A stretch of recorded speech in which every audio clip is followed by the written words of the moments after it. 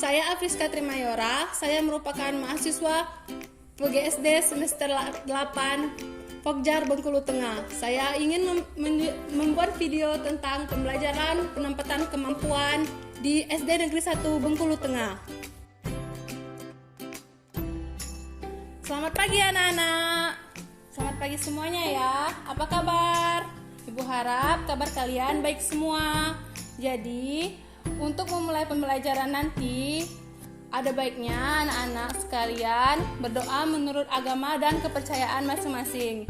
Berdoa dimulai. Berdoa selesai. Sebelum memulai pelajaran, Ibu akan absen dulu ya. Ketua kelas, siapa yang tidak masuk hari ini? Siapa aja? Rian, apa keterangannya? Izin. Sedangkan Bila sakit ya? Oke.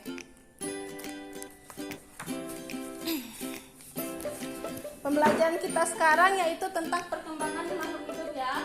Jadi sebelum Ibu memulai pembelajaran, Ibu akan bertanya perbedaan perkembangan dan pertumbuhan pada makhluk hidup itu seperti apa sih? Jadi pertumbuhan itu proses bertambahnya ukuran dan jumlah sel dalam tubuh manusia. Contohnya kita bisa melihat pertumbuhan dari bentuk tubuh yang bertumbuh besar dan bertumbuh tinggi. Sedangkan perkembangan proses pendewasaan atau pematangan organ-organ pada tubuh kita. Jadi pengertian pertumbuhan dan perkembangan itu secara sederhana, pertumbuhan dapat dilihat dari kedewasaan, psikologi, dan psikis. Sedangkan perkembangan dapat diamati dari pertumbuhan dan perubahan fungsi organ pada tubuh manusia. Nah, pertumbuhan dan perkembangan yang baik harus berjalan sesuai tahapan, yaitu dari bayi dan terus berlanjut ke balita. Balita itu anak umur 1 sampai 5 tahun ya. Dan berlanjut lagi ke remaja umur sekitar 12 sampai 17 tahun, dan beranjak ke dewasa, dan yang terakhir ke lansia. Nah, tidak hanya itu, ada juga faktor yang mempengaruhi pertumbuhan dan perkembangan, yaitu makanan. Makanan yang dikonsumsi harus makanan 4 sehat 5 sempurna agar pertumbuhan dan perkembangan kita baik. Dan juga ada faktor pendidikan. Faktor pendidikan itu kita dari kecil sudah dimasukkan oleh ayah orang tua kita ke taman kanak-kanak, terus berlanjut ke sekolah dasar, sekolah menengah pertama, sekolah menengah atas, dan yang terakhir di bangku kuliah.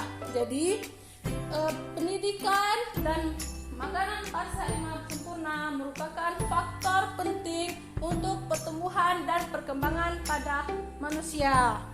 Nah, jadi dari penjelasan Ibu tadi, anak-anak ada yang ingin bertanya tidak tentang yang Ibu jelaskan? Ya, pertanyaan tadi sudah Ibu catat ya. Pertanyaan Rian, Ibu, 3 tahapan fase embrion itu seperti apa saja? Ya, jadi 3 tahapan fase embrion itu morula, blastula, dan gastula. Itu sudah ada penjelasannya di buku tadi kan, sudah dijelaskan. Sedangkan Cia bertanya, yaitu ciri-ciri tumbuh kembang itu seperti apa, Bu? Ciri tumbuh kembang itu yaitu perubahan dalam aspek fisik dan psikis. Perubahan dalam profesi lenyapnya tanda-tanda yang lama dan munculnya tanda-tanda baru, yaitu seperti anak-anak belajar merangkak, terus berlanjut untuk belajar berjalan. Kalaupun mereka belajar merangkak dan berjalan, maka belajar merangkak itu ditinggalkannya dan masukkan lagi ke belajar berjalan. Itulah yang dinamakan lenyapnya tanda-tanda yang lama dan munculnya tanda-tanda yang baru. Jadi setelah Ibu menjelaskan tadi, kalian bisa berdiskusi untuk menjawab pertanyaan yang ada di buku di halaman 6.3 bagian C. Oke, jadi bisa Ibu simpulkan ya pelajaran kita hari ini. Kesimpulannya yaitu perkembangan makhluk hidup itu tidak lepas dari pertumbuhan, sedangkan pertumbuhan itu sendiri adalah proses bertambahnya ukuran baik itu volume, bobot, dan jumlah sel yang bersifat impersibel. Itu merupakan kesimpulan pada pembelajaran kita hari ini. Lebih dan kurang ibu mohon maaf. Wabillahi taufiq wal hidayah. Wassalamualaikum warahmatullahi wabarakatuh. Nah, itulah tadi video pembelajaran saya. Apabila ada kekurangan, mohon maaf. Lebih dan kurang juga saya mohon maaf. Kepada Allah saya mohon maaf pun. Wabillahi taufiq wal hidayah. Wassalamualaikum warahmatullahi wabarakatuh.